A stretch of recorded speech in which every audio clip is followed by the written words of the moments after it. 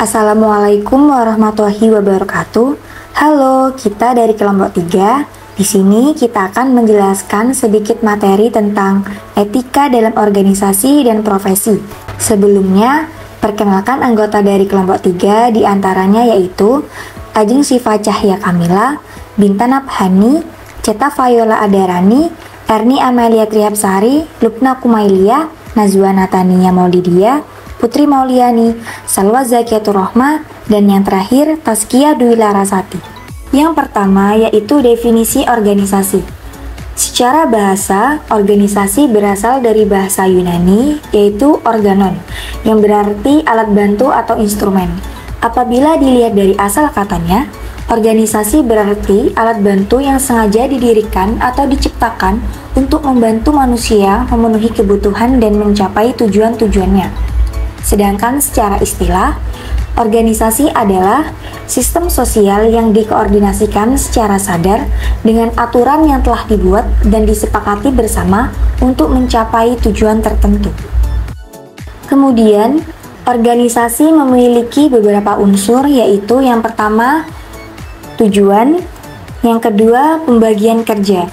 Pembagian kerja sendiri adalah sebuah proses melaksanakan pekerjaan ke dalam suatu komponen kecil yang melayani tujuan organisasi dan untuk dilakukan oleh individu atau kelompok. Yang ketiga, hierarki kewenangan. Hierarki kewenangan adalah hak untuk bertindak dan memerintah pribadi orang lain. Dan yang terakhir yaitu sumber daya.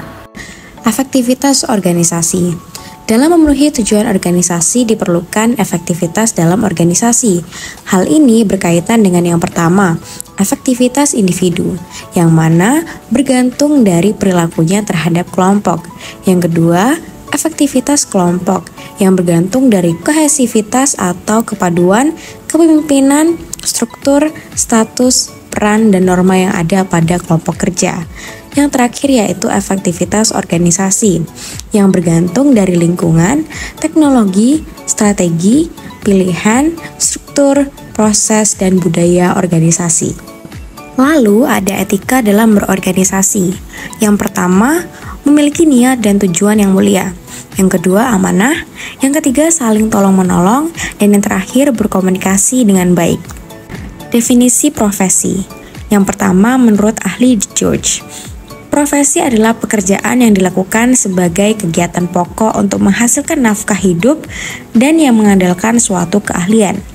Yang kedua, menurut Islam, profesi adalah segala aktivitas dinamis dan mempunyai tujuan untuk memenuhi kebutuhan tertentu, dan di dalam mencapainya dia berupaya dengan penuh kesungguhan untuk mewujudkan prestasi yang optimal sebagai bukti pengabdian kepada Allah Subhanahu wa Ta'ala. Yang selanjutnya yaitu ciri-ciri profesi. Yang pertama, adanya pengetahuan khusus. Yang kedua, mengabdi pada kepentingan masyarakat. Yang ketiga, anggotanya terdiri dari orang-orang profesional. Yang keempat, ada izin khusus untuk menjalankan suatu profesi. Dan yang kelima, adanya kaidah dan standar moral yang sangat tinggi.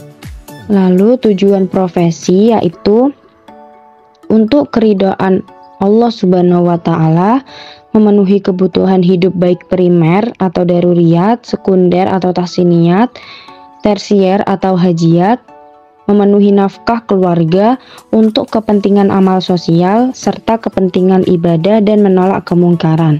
Adapun etika dalam berprofesi. Yang pertama, memegang amanah dan mentaati perintah pimpinan.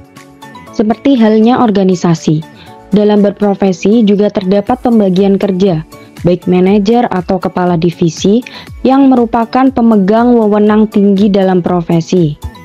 Oleh karenanya, pemegang wewenang ini harus memiliki sikap amanah. Amanah dapat membawa seseorang memiliki visi dan misi yang jelas, tegas, dan nyata.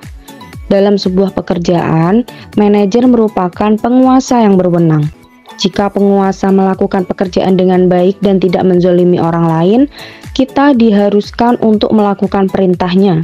Karena jika seorang karyawan mencela atau bahkan menyimpang dalam perintahnya, maka akan timbul kekacauan dalam profesi, baik dari proses pelaksanaannya ataupun hasilnya.